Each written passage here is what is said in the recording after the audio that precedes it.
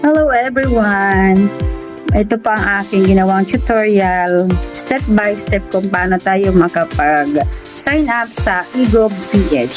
Kailangan lang natin makapag-download sa Play Store ng eGov.ph para ma-avail natin ang mga online services doon kagaya ng PhilHealth, SSS at iba pa.